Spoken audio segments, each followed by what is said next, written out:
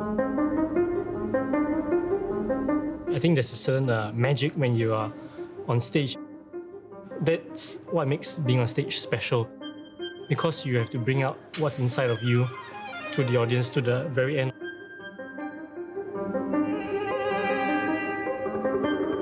Hi, I'm Timothy, and I'm a soloist with Singapore Ballet.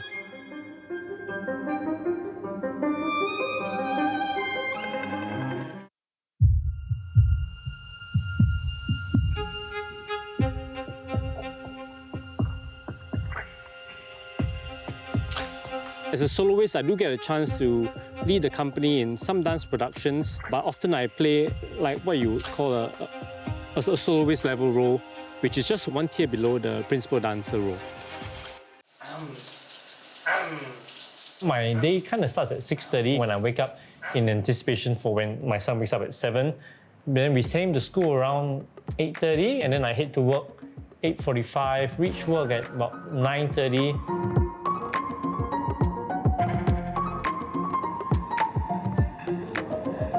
And then that's where I start my day as a dancer. You know, from 10 to 5:30, we rehearse the whole day.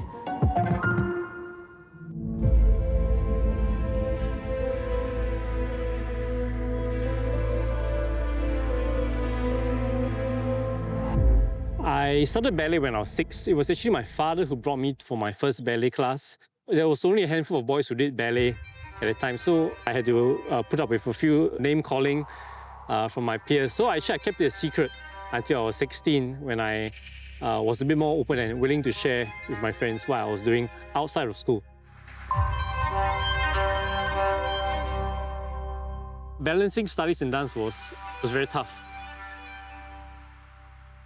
I had to commute to school in the morning and commute to Fort Canning in the evening, and then go back to school at night for my meetings. A lot of times my project mates would have to wait for me to reach school before we could actually start the meeting or work on our projects. And it also took a toll on my health because I had so little sleep. But I think at the end it was all quite worth it for me. Timothy is very interesting. He had just finished school in NS, and he was interested in the possibility of being a professional dancer. And then he chose to go to university instead.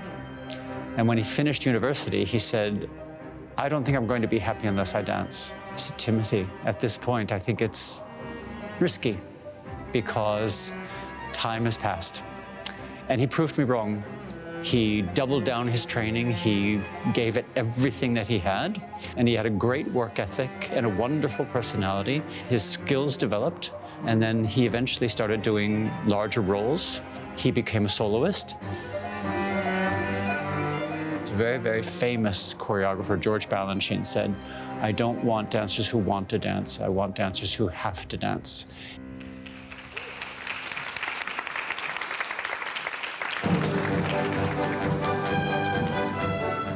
One, the ballet is a studio showcase where we showcase works that we are currently rehearsing or works that we have performed already, and it gives the audience a more intimate, close-up setting on how we dance, how we rehearse, and what it really looks like up close. Because most of the time, our audience sees us on stage with makeup, you know, and the lights. But this is really in your face, like you see our sweat dripping, you see us panting, and you really see the little small mistakes here and there, the little smiles between your partners, and it makes it a bit more real and more intimate.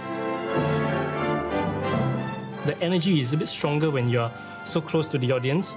I feel like you have to give a little bit more actually. On stage, you have lights, you know, you have a certain distance to hide maybe a little bit of mistakes, but up close, they see even more. Interpersonal interactions between you and the rest of the cast is even more evident. When I'm more familiar with the piece, I get a little bit more comfortable doing it, and the energy I give is a bit more relaxed and you might say more authentic. I think I performed quite well, in my opinion.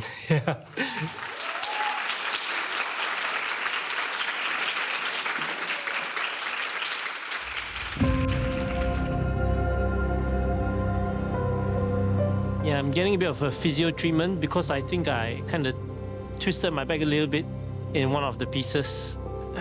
Especially when you're doing a lot of partnering, and especially in the first few shows when you're still trying to get used to the space, things happen a little bit differently in the studio.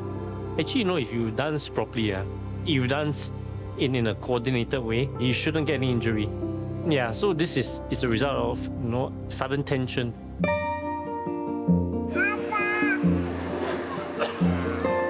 This is my wife Priscilla. We have a 1.5-year-old boy, Gabriel, and a little one coming soon. We actually met online on a dating platform. I swiped right because he's a ballet dancer. I thought that was quite an unusual occupation. I must say, prior to meeting him, I was completely unaware of the art scene. I've never been to a ballet performance before. But thanks to him, I got to start to enjoy some art. Okay, please, you do the baba, I take the food. Gabriel here? How's my day, is it? Yeah. It's okay. It was quite tiring. We doing a lot of new works. There's one by Natalie Weir, Tim Harbour, and Alice Top. Yeah, I'm involved in all three, so I'm quite glad. Okay, Mr. Ng. Yeah.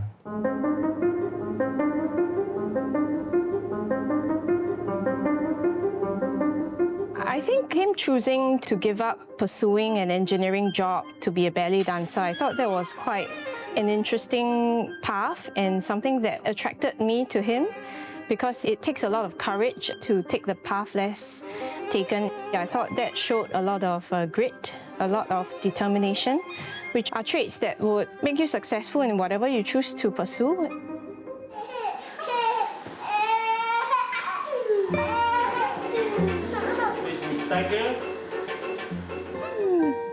You want koala? I started photography in my university days. What I really enjoy about photography is that it's different from dance. Because while dance is a collection of movement, photography is just a particular frame, capturing the moment. So the heart that I use to parent my son Gabriel is also the heart that I put into the roles that I play. It all comes from the same place. It has to come from within. Next performances we're going to do is called Passages.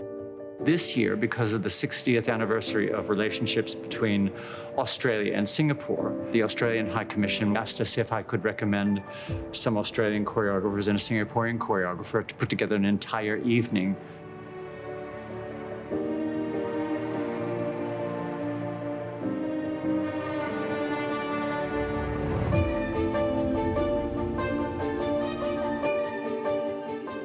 The first piece is called Terra. I think it's a bit more of an abstract piece. It feels a bit tribal in nature, and I think we're all dancing as a group in a big circle. I think that's the inspiration that the choreographer had.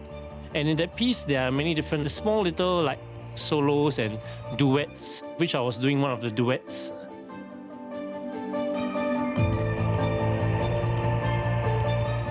For the second piece, it's called The Bistro. It's a little bit more of a dance theatre. It tells the story of a woman who is married to a gangster and they enter the restaurant. And there's a bit of a drama that goes on in the piece.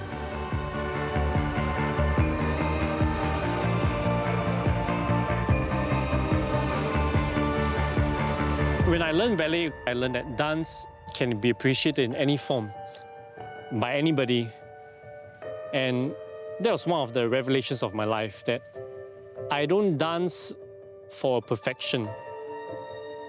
I dance for myself, to bring out my personality, to bring out the intention that the choreographer wants. And I think that's the beauty of dance as well. And that's something that I hope that Singaporeans can actually understand, that it's not about getting things right. It's not about getting the correct answer, but it's about appreciating the answer that you're given. And if it doesn't match with what you're looking for, then that's fine. It's nothing wrong. But maybe the answer that you don't want to hear could also broaden your perspective.